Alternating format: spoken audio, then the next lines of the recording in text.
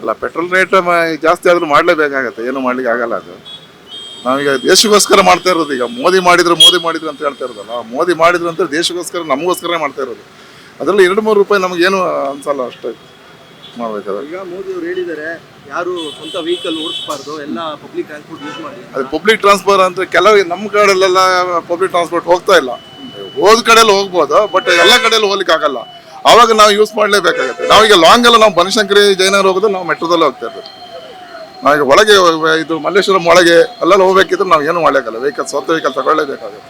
Okay sir, ಇವಾಗ ಸ್ವಿಗ್ಗಿ ಮಾಡೋರು, delivery job ಮಾಡೋರು, ಝೊಮ್ಯಾಟೊ ಮಾಡೋರು ಅವರೆಲ್ಲ ದಿನನಿತ್ಯ ಪೆಟ್ರೋಲ್ ಹಾಕ್ಸ್ಕೊಂಡು ಬೆಳಗ್ಗೆ ರಾತ್ರಿವರೆಗೂ ಓಡಾಡ್ತಾ ಇರ್ತಾರೆ.